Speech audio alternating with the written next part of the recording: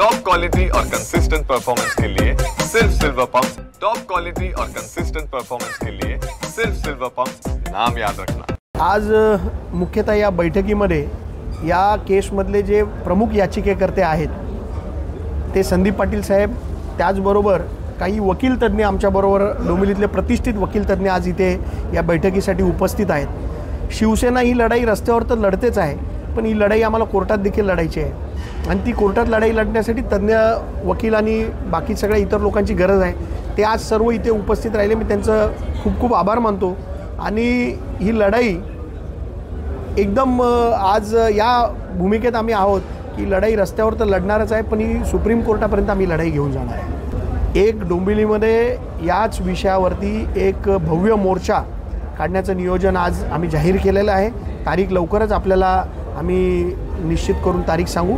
त्या दिवशी हा मोर्चा आमच्या सर्व आज जे मित्रपक्ष आज इथे उपस्थित आहेत त्यांच्या माध्यमातून हा मोर्चा असेल। याच्यामध्ये जे लोकांनी, ज्या बिल्डर व जे पेपर तयार करणारे, बोगस पेपर तयार करणारी जी लोकं आहेत, जी टोळी आहे, या टोळीच्या विरोधात कुठलीही कारवाई होताना दिसत नाही।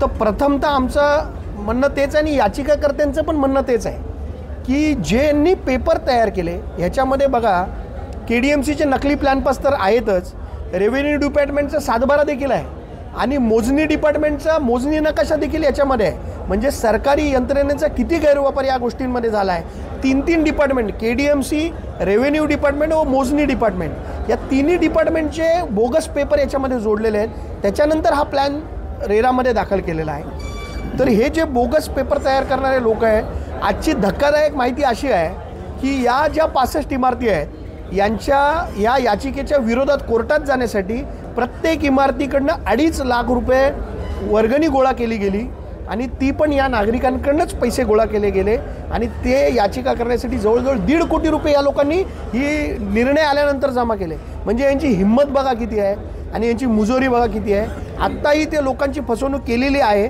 त्याच्याबरोबर अजून लोकांची फसवणूक करतायत। किती मोठी गोष्ट आहे ही। सरकारने आणि पोलीस यंत्रणेने याच्यात लक्ष घालावं आणि या आरोपींना जेलमध्ये टाकावं अशी माझी त्यांना विनंती आहे। तुम्ही आज विनंती केल्यानंतर किती पक्ष या बैठकीत सामील झाले? आज राष्ट्रवादी असेल, राष्ट्रवादी शरद पवार पक्षाचे भाऊ पाटील असतील, आमचे कॉम्रेड काळू कोमस्कर असतील, हे सर्व लोक आज इथे उपस्थित आहेत।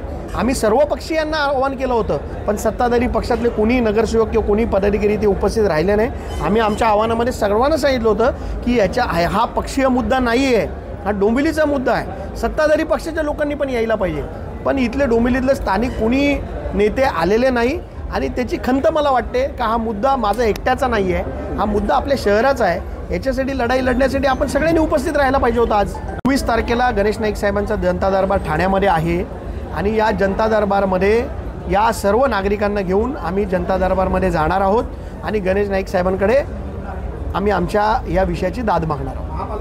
2,500 FIR आम्ही दाखल करतोय।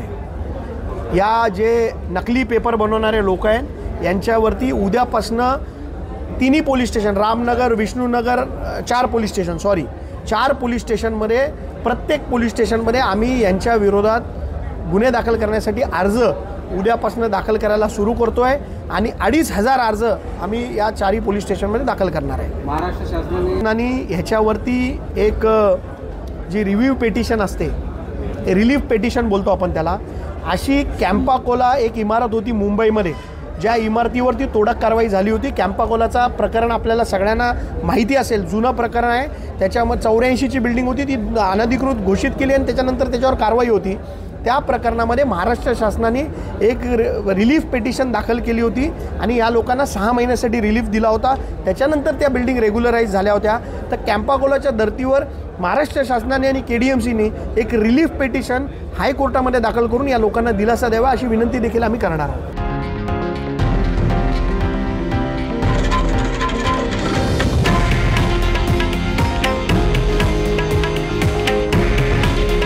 हे आहे देशातील नंबर 1 न्यूज नेटवर्क आणि आपण पाहत आहात TV9 मराठी। काळजी तुमची, हित महाराष्ट्राचं।